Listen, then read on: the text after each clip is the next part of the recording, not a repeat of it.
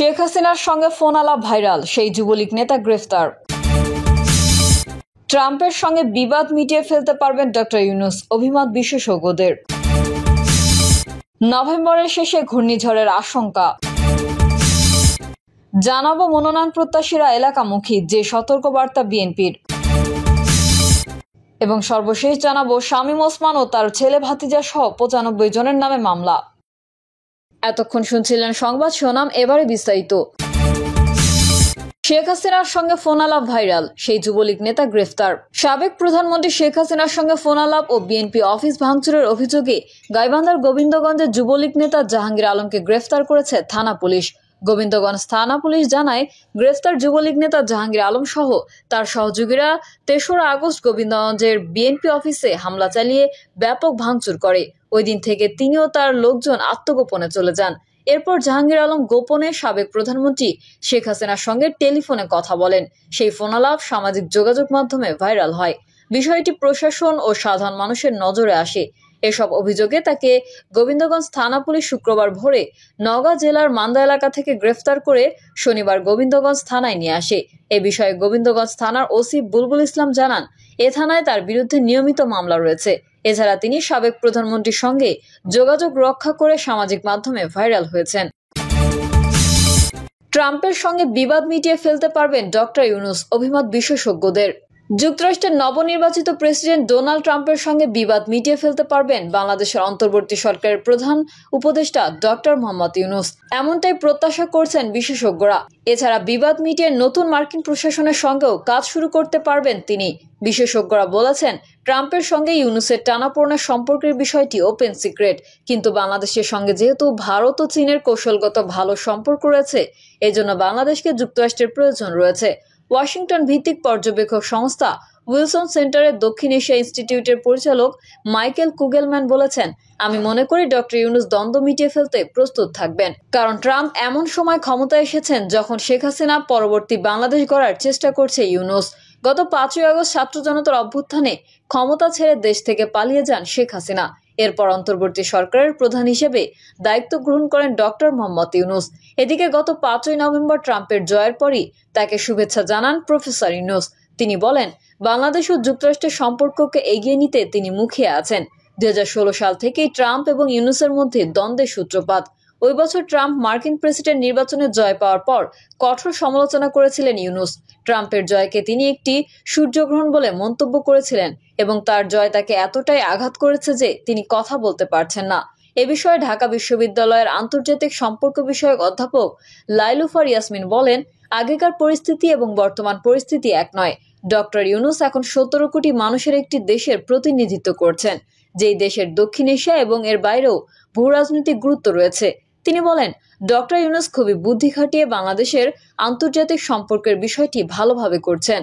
ঢাকা বিশ্ববিদ্যালয়ের এই অধ্যাপক বলেছেন, বাংলাদেশের প্রতি ট্রাম্পের নীতি পরিবর্তনের চেয়ে বেশি চলমান থাকবে, কারণ তিনি যুক্তরাষ্ট্রের স্বার্থকে সর্বোচ্চ প্রাধান্য দেন।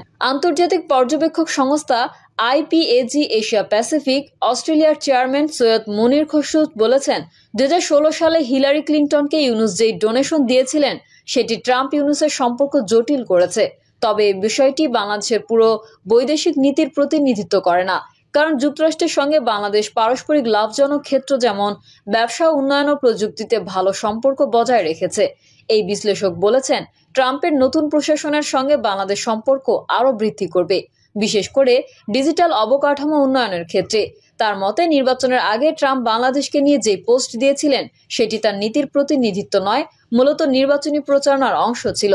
এই বিশ্লেষকরা বলেছেন, বাংলাদেশের উচিত একজন লবিস্ট নিয়োগ করা, যিনি বাংলাদেশের অভ্যন্তরীণ নীতি ও মার্কিন নীতি নির্ধারকদের কাছে বাংলাদেশের আবেদন বৃদ্ধি করতে পারবেন।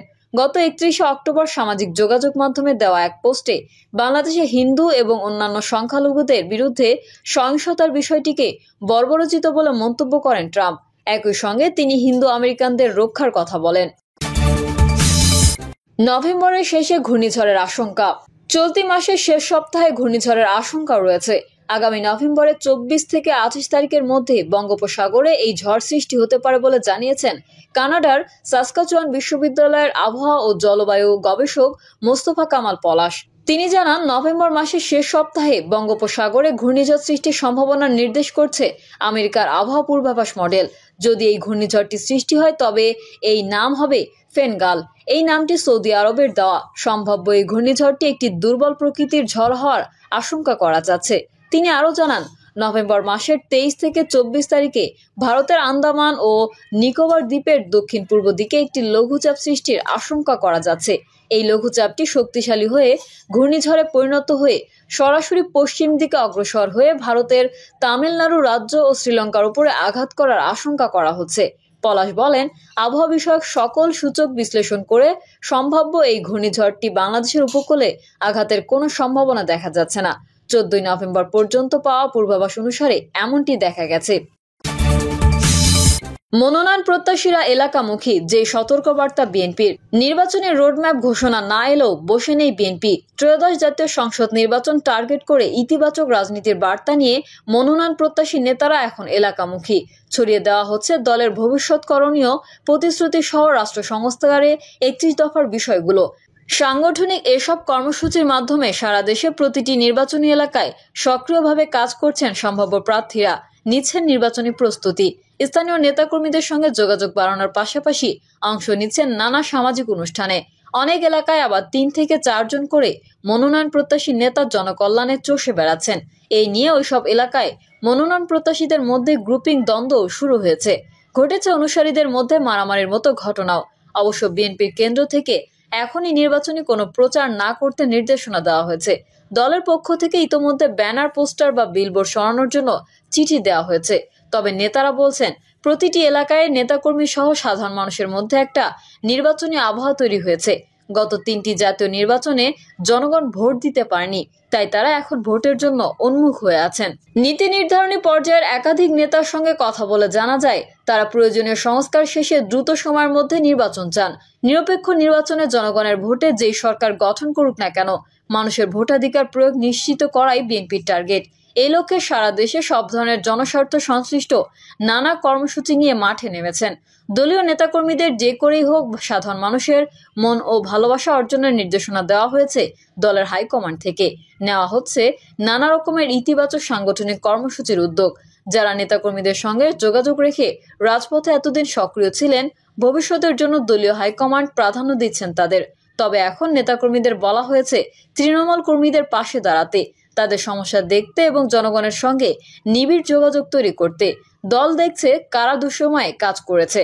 অবশ্যই নির্বাচনের জন্য আত্মত্যাগ, 17 বছরের ভূমিকা, জনপ্রিয়তা, সাংগঠনিক দক্ষতা এসব বিষয় বিবেচনায় আসবে।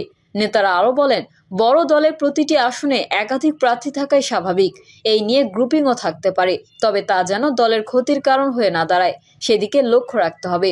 বিএনপির জাতীয় স্থায়ী কমিটির সদস্য ডক্টর খন্দকার মোশাররফ হোসেন যুগান্তরকে বলেন, গণতান্ত্রিক দল হিসেবে নির্বাচন কেন্দ্রিক একটি প্রস্তুতি সবসময় দলের থাকে এবং সেই অনুযায়ী এখন দলীয় নেতারা কাজ করছেন।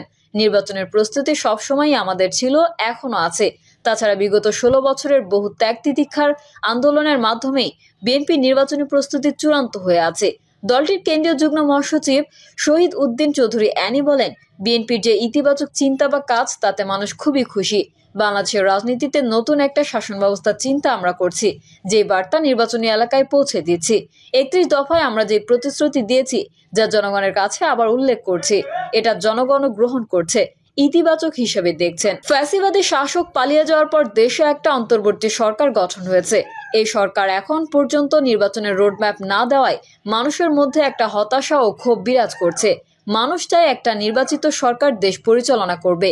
মানুষ ভোট দেওয়ার জন্য উদ্গ্রীব হয়ে আছে। এলাকামুখী নেতারা, সরকার থেকে নির্বাচনের রোডম্যাপ ঘোষণা না এলেও এলাকামুখী বিএনপির মনোনয়ন প্রত্যাশীরা, দলটির হাইকমান্ডের নির্দেশনায় তারা জনসংযোগ, জনস্বার্থে কর্মসূচি পালন করছেন। পাশাপাশি নানা সামাজিক অনুষ্ঠানেও অংশ নিচ্ছেন। বিএনপি ইতিবাচক কর্মকাণ্ড ও চিন্তাভাবনা তুলে ধরছে সাধারণ মানুষের মাঝে। বিএনপির যুগ্ম মহাসচিব অ্যাডভোকেট আব্দুস সালাম আজাদ বলেন, নির্বাচনী এলাকা মুন্সিগঞ্জ 2 আসনের মানুষের সঙ্গে আমার একটা আত্মার সম্পর্ক, যেই কারণে সবসময়ই এলাকার দলীয় নেতাকর্মী সহ সাধারণ মানুষ সুখ দুঃখে পাশে পেয়েছেন, এখনো পাশে থাকার চেষ্টা করি। বিএনপি একটি গণমানুষের দল। দেশনায়ক তারেক রহমান ইতোমধ্যে দেশের মানুষের আস্থা অর্জন করেছেন। তার নির্দেশে জনসম্পৃক্ত সব ধরনের কর্মকাণ্ড চালিয়ে যাচ্ছি। জনগণের মনোভাব হচ্ছে তারা দ্রুত নির্বাচন চান, দেশকে স্থিতিশীলভাবে দেখতে চান।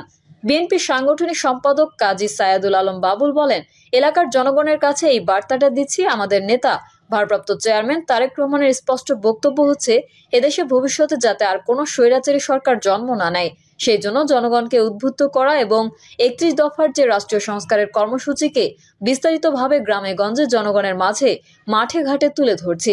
আমাদের দলের যে উদ্দেশ্য ও আদর্শ তা জনগণের মাঝে প্রতিষ্ঠিত করতে চাই। আমরা যখন মাঠে যাই, জনগণের সঙ্গে যখন কথা বলি, তাদের মনোভাব হচ্ছে তারা দীর্ঘদিন ধরে ভোটের অধিকার থেকে বঞ্চিত, তাই এখন ভোট দিতে চান। ভোটের মাধ্যমেই তাদের পছন্দের সরকার নির্বাচিত করতে চান। রাজনৈতিক বিশ্লেষক ঢাকা বিশ্ববিদ্যালয়ের অধ্যাপক ডক্টর সাইফুল ইসলাম যুগান্তরকে বলেন, গতানুগতিক রাজনীতির বাইরে বিএনপির ভারপ্রাপ্ত চেয়ারম্যান তারেক রহমানের ইতিবাচক ও পরিবর্তনের রাজনীতি জাতির সামনে নতুনভাবে আশার সঞ্চার করছে। মানুষের মন জয় করতে নিচ্ছেন একের পর এক যুগান্তকারী ও দূরদর্শী সিদ্ধান্ত। তিনি মনে করেন, তারেক রহমানের দূরদর্শী সিদ্ধান্ত ও রাষ্ট্র নিয়ে ভাবনা জনগণ গ্রহণ করেছে, যা ইতিবাচক। এতে তার জনপ্রিয়তা আরও বেড়েছে, যার সুফল পাবেন দেশবাসী। আগামী জাতীয় সংসদ নির্বাচনে বিএনপির সম্ভাব্য প্রার্থীরা সেই বার্তাই তুলে ধরছেন। এক প্রশ্নের জবাবে তিনি বলেন, বিএনপির মতো একটি বড় ও জনপ্রিয় দলের প্রতিদ্বন্দ্বিতা থাকবে, এটাই স্বাভাবিক। যদি গ্রুপিং থাকে, সেটাকে রাজনৈতিকভাবে নেগেটিভ দেখার সুযোগ নেই, কারণ বহু নেতাকর্মী 17 বছর নির্যাতন নিপীড়নের শিকার হয়েছেন। অনেক তরুণ আছেন, তারাও থাকবেন। আবার আগে যারা এমপি ছিলেন তাদের বয়স 65 থেকে 70 বছর, তারাও নেতৃত্বে থাকবেন, এটাও স্বাভাবিক। সুতরাং এর ভেতর থেকে একটা ভালো নেতৃত্ব চলে আসবে, মনোনয়ন পাবেন বলে মনে করেন তিনি। শামীম ওসমান ও তার ছেলে ভাতিজা সহ 95 জনের নামে মামলা। বৈষম্য বিরোধী ছাত্র আন্দোলনে মোহাম্মদ আলামিন নামে এক যুবককে হত্যা চেষ্টায় নারায়ণগঞ্জ 4 আসনের সাবেক সংসদ সদস্য শামীম ওসমানকে প্রধান আসামি করে মামলা দায়ের হয়েছে। এতে 95 জনের নাম উল্লেখ করে এবং অজ্ঞাতনামা আরও 200 থেকে 300 জনকে আসামি করা হয়েছে। মামলার এজাহারে জানা যায়, গত 3রা আগস্ট সিদ্ধিরগঞ্জের মিতালি মার্কেটের সামনে ছাত্র আন্দোলনে ভুক্তভোগী সহ আন্দোলনকারীদের উপর অতর্কিত হামলা চালান শামীম ওসমান, তার ছেলে অয়ন ওসমান, আজমির ওসমান, শাহ নিজাম, সাবেক কাউন্সিলর মতিউর রহমান মতি, সাবেক কাউন্সিলর নুরুদ্দিন মিয়া এবং শাহজালাল বাদল সহ অন্যরা। সেই সময় জনতাকে লক্ষ্য করে নির্বিচারে গুলিবর্ষণ ও বিভিন্ন দেশীয় অস্ত্র দিয়ে হামলার এক পর্যায়ে আলামিনের ডান হাতে লোহার রডের আঘাত লেগে হাড় ভেঙে যায়। পরে ঘটনাস্থলে থাকা লোকজন তাকে উদ্ধার করে ঢাকা মেডিকেল কলেজ হাসপাতালে নিয়ে গেলে তারা চিকিৎসা করে। এখানে তিনি চিকিৎসা নিচ্ছেন। প্রিয় দর্শক, এই ছিল এখনকার সর্বশেষ সংবাদ। আপডেট সংবাদ পেতে চ্যানেলটি সাবস্ক্রাইব করে বেল আইকনটি ক্লিক করুন। কমেন্টে আপনার মতামত জানিয়ে আমাদের সাথেই থাকুন। ধন্যবাদ সবাইকে। আল্লাহ হাফেজ।